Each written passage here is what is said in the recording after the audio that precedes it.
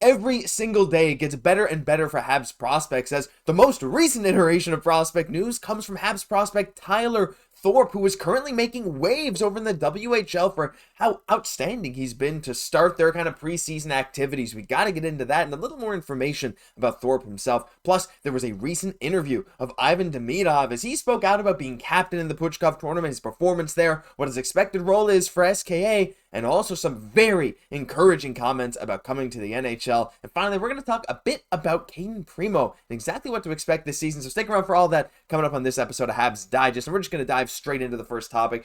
This is big for Cayden Primeau. Now, Cayden Primeau, of course, last year didn't get as much playing time as a lot of Habs fans have wanted. He has shown that he's a very solid goalie over the past number of years, but there's always been a bit of a roadblock ahead of him, and this past season was, well, it was a lot of Montembeault, a lot of Jake Allen, but after Allen got traded, Primeau was the de facto backup, and he did very, very well. As I'm just going to bring up his stats, don't forget here, 910 save percentage in 23 games last year, finally getting a decent sample size in the NHL, more games last year than he ever had before in the NHL before that season. But it's not just us talking about this. There were some recent quotes from Corinne Haynes of the Hockey News, and I wanted to go over her article, which will be linked down below as well, talking about this situation. So let's get into this. Basically saying it's crunch time for him as he's entering the final year of a 3-year deal that he signed with the Habs before the 2022-23 season, and this will be make or break for him if he hopes to become a bona fide number one in the NHL. He will need to make significant progress. Goes on to say, I wouldn't be surprised to see him in net for around 30 games this year. This should give Hughes enough time to decide what he wants to do with Primeau going forward. And I'm not going to spend too much time on this, but I wanted to get your guys' opinion. As I'm just going to flash up his stats again. I don't have the fancy new setup here, of course. I'm traveling, so you got to do what you got to do with these makeshift setups. Also, as I'm in here, apologies for this not being centered. I know, okay? There's a kitchen over there. It looks really bad if I don't... that's not the point of these videos, but thank you for understanding. I know it's off-center. This is what we do to get these videos out for you guys. Let's go back to Primeau stats. So, look, 30 games I think is very reasonable. Like, you know, Monty is the number one. He earned that spot, but I gotta say, Primeau was the one who had 2 shutouts last year, and, you know, some of those shutouts were on very few shots. I believe one was against Anaheim, with them getting like 15 shots or something like that, maybe 13. But at the same time, Primeau looked really good in the AHL. He actually had better numbers in the NHL, and not that much of a smaller sample size, though you could definitely argue that, you know, 23 versus 41 is pretty big. But Jakub Dobeš took over in the AHL. I don't think he's ready for that leap yet, but Primeau was an old 7th round pick, right? From 2017, and he's 25 years old. This is kind of that time where you where you expect him to really take that jump forward and prove himself as that number one if he's going to get there. Do I think he's going to get to that number one status? It's so hard to predict with goalies. I think it's possible, but I don't think it's likely. I know Jesse's very high on Primeau, but I think really the start of the season is going to tell us a lot about how the season's going to go. Because right now, while Montembeault is that guy, they signed him for a very solid deal of $3 million per year for a few years. He's that de facto guy right now. But Cayden Primeau, in contract years, guys start to go off. This is his chance to really get a big payday to prove himself. And I think he's going to be fighting tooth and nail with Montembeault. And even last year, whoever was in net, when it came down to those two at the end of the season, I was pretty confident for either one of them. So I want to hear from you guys down below. Which one of these two would you be more confident in finishing the season as the number one?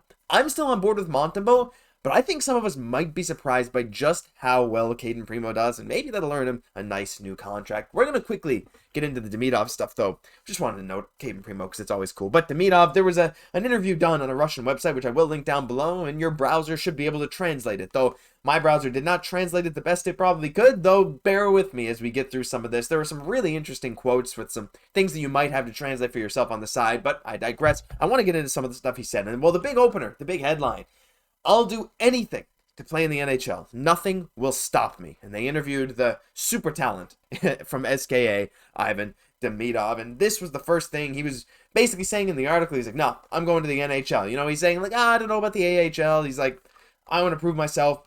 He said in this interview, he's like, I'm done after this season in Russia, but I'm playing here in this season. After that, I'm going to the NHL. I'm going to leave. And so, like, it is pretty cut and dry. There is no wishy-washy anything like there was with the Michkov situation before. Of course, he did decide to come over. With a lot of Russian prospects, that's not there. He's cut and dry, like, nah, guys, I'm coming over. So that on its own is so good, but some of these other answers to questions were phenomenal. He also shed some light on his no-shot goal.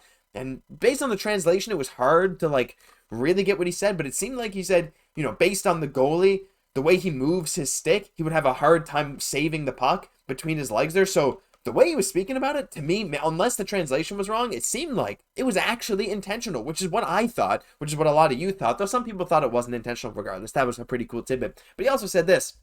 So he was kind of asked, how in general would you evaluate the preseason? Was it, it was impossible to implement the whole plan? He said, I didn't have much time to prepare, right? He kind of goes into his leg injury. I can't say here or there now that I'm even in the optimal form, but through the games, that tone will come to me. The games of the Puch Cup tournament helped me a lot. I entered the game rhythm, but we still have to work to be at that level. Are the consequences of the injury sustained at the, basically, is the injury still plaguing you? Rather, it feels like I didn't have enough time to be fully ready. As for the leg, it's okay. So that you're telling me this guy wasn't fully ready. He's still saying, like, his leg was okay. Like, he's good with his leg, but he's still not fully recovered from it. He hasn't had that time to warm up, get into the season. Yet at the same time, he was the captain of his team, and he was absolutely dominating most games he was in. He led his team to a victory over his own KHL team while he was still not fully at 100%, not fully in game shape for himself. He talks as well about what he expects his role to be with SKA, and he kind of says, like, you know, we don't really know yet, but they said, you know, his role is expected to be similar to what he was doing here in the Puchkov tournament. So basically, the only negative thing out of this is that he's still not in full shape, but you could have fooled me. Like, watching him play is absolutely surreal, and considering he's not even considering himself in optimal form, and he's still a teenager, it's just some amazing, amazing things left to see this season, and honestly, next season can't come soon enough. I know this year is going to be huge for so many Habs players, but it's that first Demidov year, as maybe Hudson gets another year of experience, as all these, and like Slav and Reinbacher maybe comes into the mix,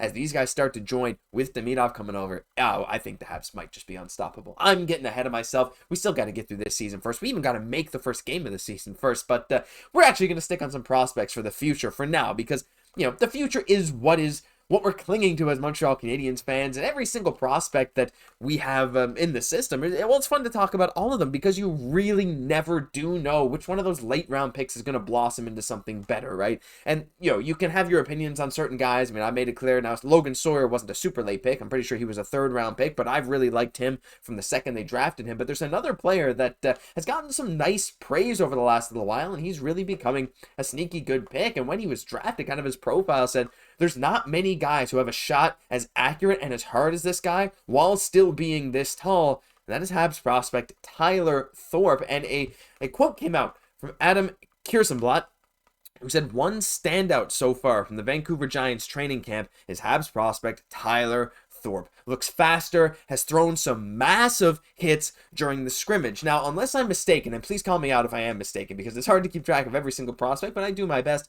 One of Tyler Thorpe's things is, like, while being big, he never really played that huge, lay the body every single moment game last season for the Vancouver Giants. He was still very good. His shot really started to come to him, which, again, had some people label him with that unicorn thing. Not everyone can be a unicorn, right? We still have Arber, we still have Florian, but I don't know if you can keep just throwing that around willy-nilly. He was a later round pick for a reason, but to have his combination of size and shot is really good, and if he's starting to use that body more, which is pretty much what he's going to have to do to really separate himself, that could be a huge for him, because again, no, not that one, this one. He's 6'4", 209 at 19 years old. And don't forget, he just turned 19. So he was 18 when he got drafted. And look at that jump from 2022-23 to 23-24 in the WHL. Like, no, he wasn't a point-per-game player in the WHL or anything, but the Habs took a flyer on him because that goal-scoring total, something clicked in his game. He grew, and all of a sudden, this dude became a goal-scoring machine. Now, not every goal is an absolute one-time snipe or anything like that. Some of them are just scrappy goals in front of the net, but when you're 6'4", that's what you gotta do, right? You could see these flashes of a guy who could be a huge guy and still put that puck right in the back of the net, and that's a combination, like I said, that's rare. Now, Patty Laine has it. He's on Montreal. Slav is definitely getting there with his shot, and he's also about the same height, so Montreal's kind of collecting guys like this, and when you're that big, you also get a bit more leeway as you start to make your way towards the NHL. You know, but just being big and having a good shot is not enough to quite get there. You got to have that other element too. And if he's bringing that element of physicality to his game, that's, you know, wasn't really there as much as it probably should have been last season. Again, I could be wrong about that, but I'm pretty sure that was one of the knocks on him just to some extent, right? You know, obviously his skating too, and his overall puck skills were not phenomenal. So there's a lot of things he's gonna need to work on if he wants to make that jump to, like, be a really impactful AHL player, or maybe someday in the NHL. But this is a fantastic first step. To say he's a standout in the WHL already, great to hear that from a draft year +1 player. But if he can pop like 30 plus goals this season while being very physical, which seems like a fairly natural jump for a guy like this could be one of those sneaky good picks, right? And again, I don't want to overhype prospects, but I think like this guy is tailor-made to be a very solid AHL player at this rate. You have that incredible shot, you're starting to lay the body, and you're still very young. Like, I think he just got these tools, right? And like I said, that combination of tools is hard to come by. So if he can put it together, I think it could be really good. What do you think about Tyler Thorpe? Are you very high on him? Are you low on him? I think most people are probably going to be pretty low on him because, again, not every Habs prospect can turn into something really, really good, but it's always fun to hear these updates from guys that you don't really think about too often, especially guys like this who have that combination of size, goal scoring, and physicality. That'll do it for this episode of Habs Digest. If you enjoyed, leave a like, comment, subscribe to the channel. We post videos every single day, even if we're traveling, even if we're in off-centered setups. We're doing everything we can to get videos out for the wonderful fans that you guys are. I've been your host, Josh Gosse. I'll catch you in the next one.